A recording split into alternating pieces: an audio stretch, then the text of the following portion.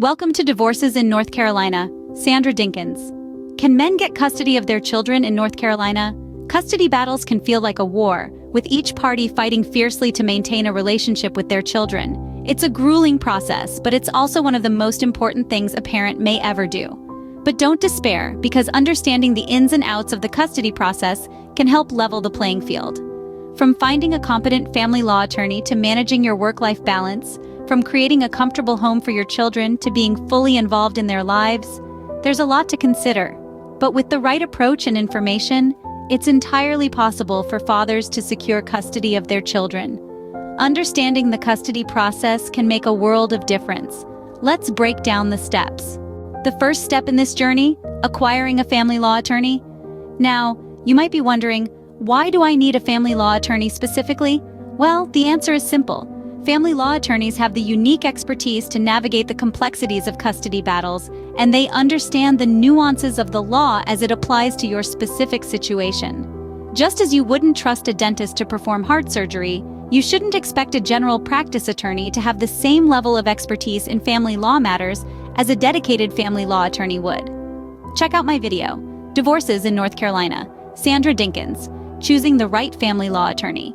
Now let's address a common misconception. Some believe that they can save money by sharing an attorney with their spouse. However, this is a risky proposition. To put it in perspective, would the president of Russia share his war strategy with the president of Ukraine? The answer is a resounding no. Similarly, sharing your divorce strategy with the other party is not advisable. Custody hearings can become contentious. Both parties are fighting for their relationship with their children. In such a scenario, having your own attorney ensures your interests are adequately represented. A good family law attorney does more than just argue your case in court. They guide you through the process, helping you make informed decisions about matters such as reducing your working hours and creating a comfortable home for your children. They support you in proving to the court that your children will be well cared for under your custody.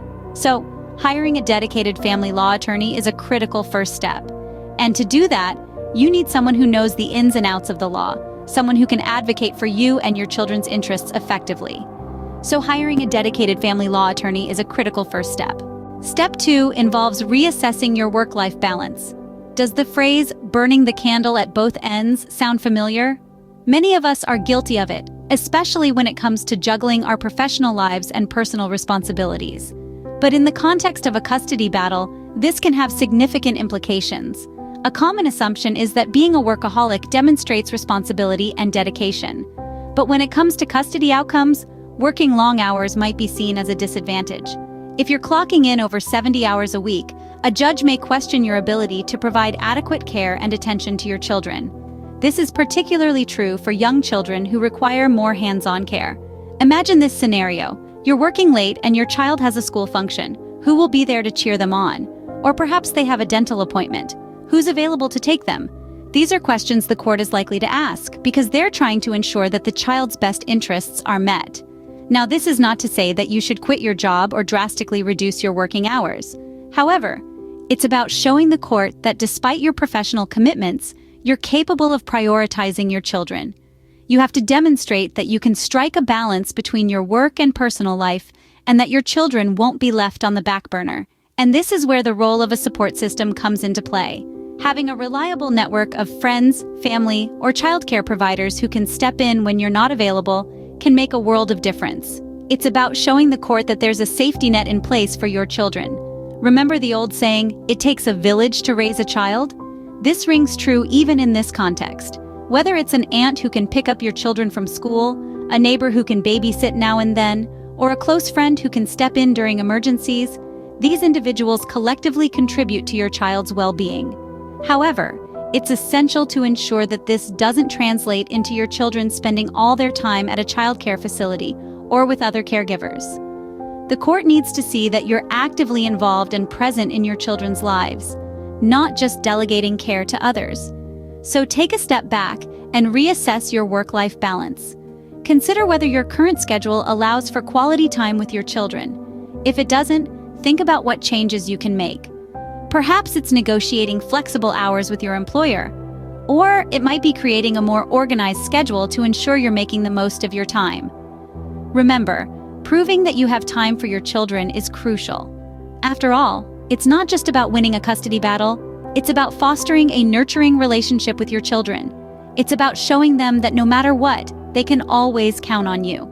The next step is about creating a safe and comfortable home for your children. Navigating the choppy seas of divorce can be tricky, especially when it comes to establishing separate residences. In North Carolina, the law requires divorcing couples to live apart for a year and a day before the divorce can be finalized. This means that one of the spouses will need to find a new place to call home. Creating a comfortable and safe environment for your children is of utmost importance during this time. This is not merely about furnishings and decor, it's about maintaining an atmosphere of familiarity and stability. The transition can be emotionally taxing for children, and it's our responsibility as parents to make it as smooth as possible. It's crucial to remember that the standard of living your children have been accustomed to should not be compromised. If they've been living in a spacious house with a backyard, it would be jarring for them to suddenly move into a cramped apartment. The aim is to mirror the comfort and security of the marital home as closely as possible. And yes, this even extends to the neighborhood. A nearby park, a library around the corner, or a local ice cream shop that they love can make the new house feel like home. Location is another key aspect to consider. It's important to stay within the same county as your children and, if possible, close to their school. This minimizes disruption to their regular routines and ensures that they remain connected with their friends and community. Being in close proximity also makes it easier for you to be involved in their day-to-day activities and school events. Now you might be wondering, why is all this necessary? Well, it's about demonstrating to the court that you have their best interests at heart. You're not just providing a roof over their heads, you're creating a nurturing environment where they can thrive. To show the court that you've taken these steps, it's a good idea to document your new home. Take photos of the rooms, the backyard, the nearby park. These visuals will serve as concrete proof of your efforts to maintain a consistent standard of living for your children. But remember, a house is just a building. It's the love and care within its walls that make it a home. Your children need to feel loved, secure, and involved in the process. Let them pick out their bedroom or decide where the TV should go. These small decisions can make a big difference in how they perceive their new home. In the end, it's not just about convincing the court. It's about reassuring your children that though their parents may live in separate houses, the love and care they receive remains unchanged.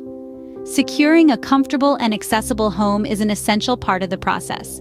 And remember, home is where the heart is. It's up to us to ensure that our children's hearts find comfort and security in their new homes. The final step: be fully involved in your children's lives. This is not just about being physically present, it's about being emotionally and mentally invested in your child's life. It's about understanding their interests, their fears, their aspirations. It's about showing them that you're not just their dad, but their friend, their mentor, their confidant. Think of the small things that make a big difference. Attend your child's school events, be it a sports game, a school play, or a parent-teacher meeting. Show up for them. It's not just about being there, it's about being engaged, being interested. Ask them questions about their day, their friends, their homework. Show them that you're not just there to fulfill a duty, but because you genuinely care about their lives. Remember, it's not about quantity, it's about quality. You could spend every waking moment with your child, but if you're not truly present, if you're not engaged, it won't count for much. Conversely, you could have limited time with them, but if you make the most of that time, if you make it special, it can mean the world to them. Let's not forget the importance of maintaining a positive relationship with them. This can be tricky, especially during a divorce when emotions are running high and there's a lot of tension and uncertainty. But it's crucial that you don't let this affect your relationship with your child. Keep the lines of communication open. Be honest with them, but also be sensitive to their feelings. Let them know that no matter what happens, your love for them remains unchanged. Make sure to document these moments of involvement. This could be in the form of photos, videos, or written testimonials from people who can vouch for your involvement in your child's life. This could be their teacher, their coach, or even their friends' parents.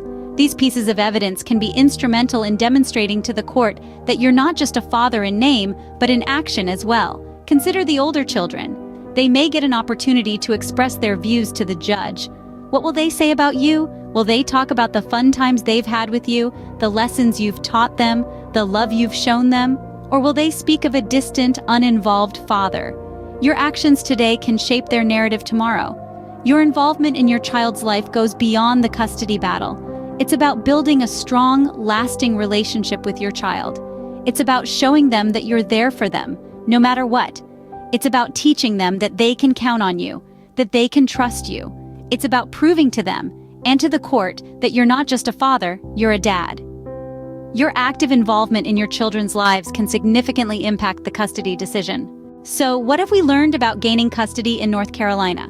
Let's take a moment to reflect on what we've discussed. Gaining custody is a multifaceted process, and it requires a strategic approach.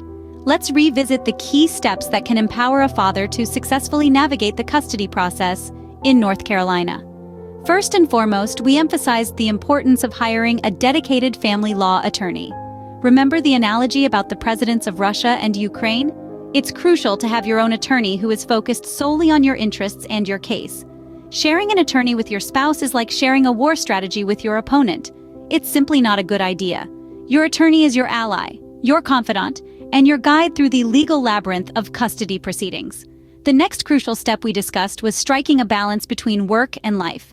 This can be a tough call, especially for those who are used to working 70 or more hours a week.